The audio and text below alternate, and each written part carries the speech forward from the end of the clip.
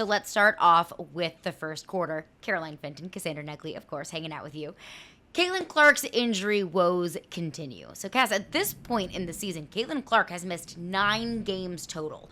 Initially, it was 4 games earlier in the season with a quad injury. She's been sidelined for the past 5 games with a groin injury, including the Commissioner's Cup. And look, the Fever have been able to go 3-2 in that 5-game stretch that she's most recently been out.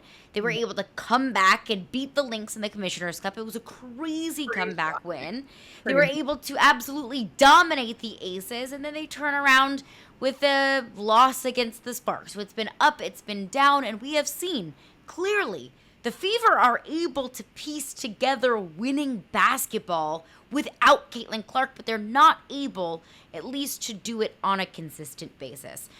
Let's start with the Caitlin Clark injury news of things. What is the latest that you've heard on Caitlin Clark's injury? Have you heard any updates? And what can we expect from CC moving forward?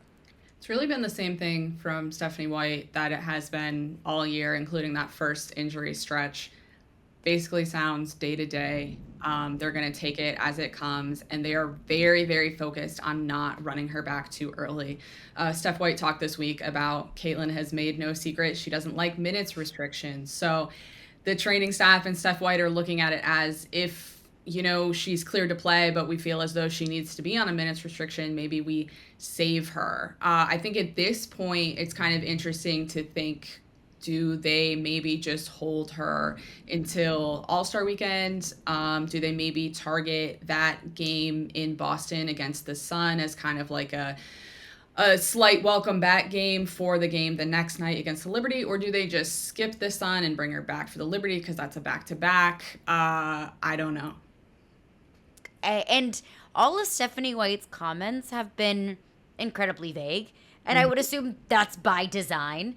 Just like you said, she said, hey, if there's going to be a minutes restriction, we're not going to play her. If she can come back, then great. We're going to hold her out until she's 100%. So, yes, it's an injury update, I guess, in a way, but it's still incredibly vague and still doesn't really give us a peek behind the curtain of exactly what's going on with Caitlin Clark's rehab behind the scenes. So TBD, at least today, Monday, July 7th, as we're recording this podcast, just kind of vague updates on Caitlin Clark, but that brings up an even larger question about the Fever and the rest of their season, potentially the postseason, that, yes, they beat the Lynx, the number 1 team in the WNBA, in their own house, in the Commissioner's Cup, when the Lynx were riding a double-digit lead in the first quarter. They were able to come back. They shut the Lynx out in the last 8 minutes of the first half. They came alive offensively. The Fever are able to piece things together to win games without Caitlin Clark. Kelsey Mitchell stepping up big. Lexi Hull stepping up big. This team can win games without Caitlin Clark. Obviously, they are better with Caitlin Clark. Let's just state that for the record. But can they do this consistently without her? I think that's been the problem, right? They are so inconsistent. Heading into that Commissioner's Cup game, Sydney Colson told us that she told the team, this has to be the turning point in the season. And I think for the entire team, it was an opportunity to get a whole bunch of money, but also show that they can be a consistent team, a solid defensive team, which I think they showed. They can piece it together on offense, find the open person, kind of deal with pressures that aren't there when Caitlin's on the floor. But obviously that letdown against the Sparks was problematic. And I think the thing that will really help them when Caitlin is back is that ability late in tight games when you've just been clawing for a lead. I think she's the person who is a clutch player and can maybe settle them, run a certain play to get them into an action that will seal the game. But so far, they've been super inconsistent, and I wonder if we will look back at that Commissioner's Cup win and say it was a turning point or it was just another point of an inconsistent year. I kind of feel 2 ways about it. And I know that that's not the way that you're allowed to be in sports talk. You have to have an opinion. You have to feel very hot takey about it. But I think 2 things can be true at once. You can look at what the Fever did in the Commissioner's Cup and say that team plus Caitlin Clark, if and when she comes back 100% healthy, that's a championship contender. Like, that's a team that can beat anybody in this league. And then you also look at the performance against the Sparks. You also look at a couple weeks ago against the Valkyries when they simply could not get a bucket. And that was with Caitlin Clark. And you think, okay, well, we've seen the highest of highs of this team and the potential of this team with and without Caitlin Clark.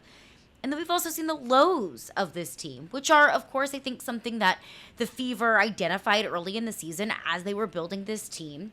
They brought in a DeWanna Bonner, a veteran, a certified winner, somebody that knows how to win basketball games. Obviously, no DeWanna Bonner. She was waived just a couple of weeks ago. So they're still a young team. They're still a team that doesn't have a whole lot of, championship winning experience. They're a team that's still figuring out how to win. They just need to do that on a more consistent basis, and they need more consistency from Caitlin Clark's availability. The best ability in sports is your availability, and the truth and the fact of the matter is Caitlin Clark has not been available. But as Stephanie White said, they're holding her out until she's 100%. And when you're looking at longevity and when you're looking at a championship ultimately being your ultimate goal, which it should be, that is the Fever's ultimate goal. You want 100% Caitlin Clark in the playoffs and in the postseason. It's just in the right now, that's a massive question mark and a kind of a dark gray cloud hanging over this Fever team that's been able to accomplish a lot as of late. Not to mention that when Caitlin Clark is back, whether it's before the All-Star game or probably after, it's going to take some acclimation again, right? Because Kelsey Mitchell had said this after the Commissioner's Cup. This team has already been through so much this season. You're super excited about having DeWanna Bonner. Very quickly, that falls apart. Mm-hmm. You add in Ari McDonald, an incredible player, fits this system, is doing everything she can, but hasn't had a lot of time on the court with Caitlin, because when she first came in, it was because Caitlin was out. Not to mention all of these other pieces, Sophie Cunningham coming in, Natasha Howard, no minutes with Caitlin. So that kind of ramp up period, especially if it comes at a time when they're playing, New York twice in a week or whatever, that's also going to impact them in the standings. And you really can't afford too many more losses here down the stretch unless you want to cross your fingers that some other teams are going to collapse. And they're sitting right now third in the East, seventh in the league standings, right at 500, 9-9. They're at a crossroads in the season. And I think that there is a glass half full and a glass half empty perspective that you can take to this team. And both of them are true.